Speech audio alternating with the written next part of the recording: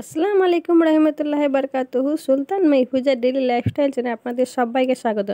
আপনারা সবাই কেমন আছেন? আশা করি আপনারা সবাই ভালো আছেন। আমরাও আল্লাহর রহমতে ভালো আছি। আজকে আমার ভিডিওটা যে যেখান থেকে দেখতে চান আপনাদের সবাইকে অনেক অনেক ধন্যবাদ। লাইক দিয়ে অবশ্যই আপনারা ভিডিওটা দেখবেন। যদি ভিডিওটা ভালো লেগে থাকে সাবস্ক্রাইব করে আমার চ্যানেলের পাশে থাকবেন। আজকে আমি খুব সুন্দর একটা রেসিপি নিয়ে এসেছি, আপনারা পুরো ভিডিওটা দেখুন, খুব ভালো লাগবে। এখানে রুই মাছ নিয়েছি, শাশুড়ি মা আমার রুই মাছটা বেছে দিচ্ছে। কতগুলো ডিম বেরিয়েছে। এখানে 1.5 কেজি মাছ আছে আর কি, একটা মাছ 500 গ্রাম করে। সবগুলো বেছে ধুয়ে নিলাম।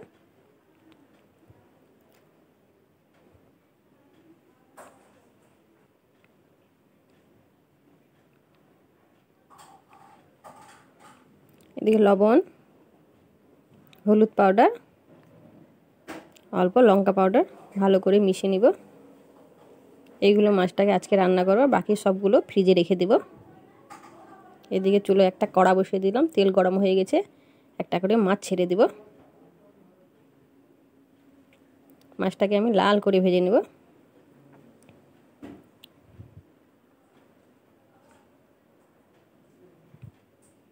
মাছগুলো আমার লাল হয়ে ভাজা হয়ে গেছে।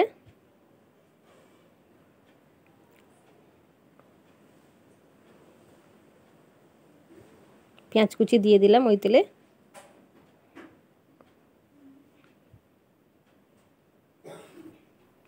পেঁয়াজ পেস্ট দিয়ে দিলাম। দুটো তেজপাতা দিয়ে দিলাম।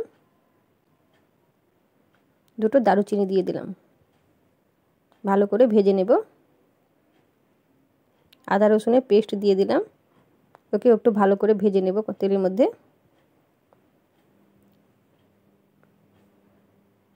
পেঁয়াজটা লাল হয়ে গেছে, এবার আমি টমেটো পেস্ট দিয়ে দিলাম।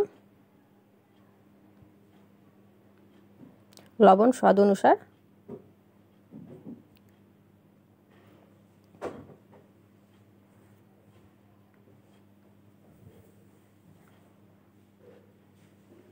লঙ্কা পাউডার দিয়ে দিলাম 1.5 চামচ, হলুদ পাউডার দিয়ে দিলাম 1 চামচ। আবার তেলের মধ্যে ভালো করে ভেজে নেব।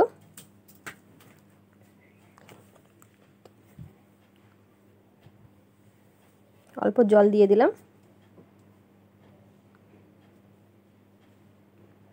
ধনিয়া পাউডার দিয়ে দিলাম 2 চামচ, জিরা পাউডার দিয়ে দিলাম 1 চামচ।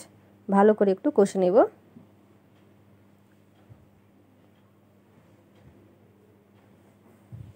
ভালো করে কষা হয়ে গেছে, তেল ছেড়ে দিয়েছে মশলা থেকে।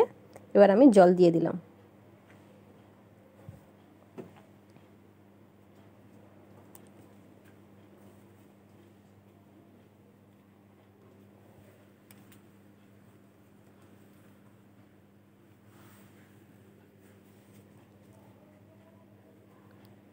মাছ ভেজে রাখা মাছগুলো দিয়ে দিলাম।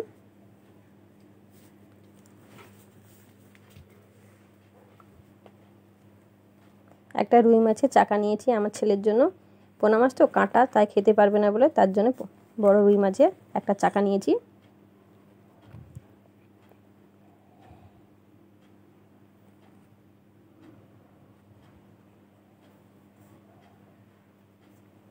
ঝোলটা আমার ফুটে গিয়েছে, এরকম পাতলা পাতলা ঝোল নামিয়ে নেব।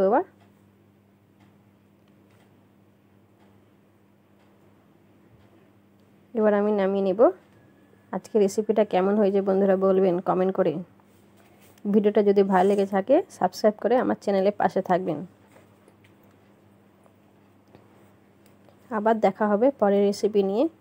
বাই, আল্লাহ হাফিজ। তোমরা সবাই ভালো থেকো, সুস্থ থেকো।